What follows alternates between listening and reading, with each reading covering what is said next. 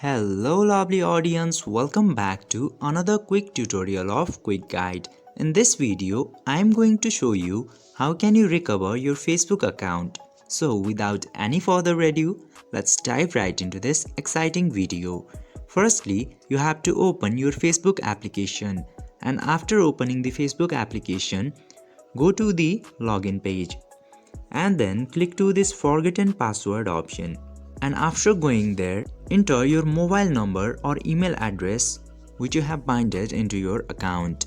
I'm using email address into here.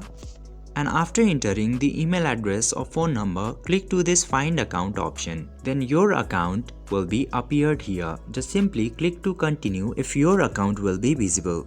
Then Facebook will send you an email with confirmation code. Just simply check the email for the confirmation code and then enter the code into this box here and click to continue.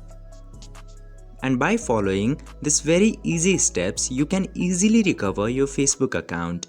Now you can set up a new password for your Facebook account.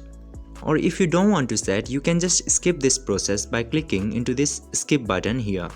I hope this video was helpful for you. If yes, don't forget to like, share and subscribe to the channel to never miss another update. Thank you for watching the video.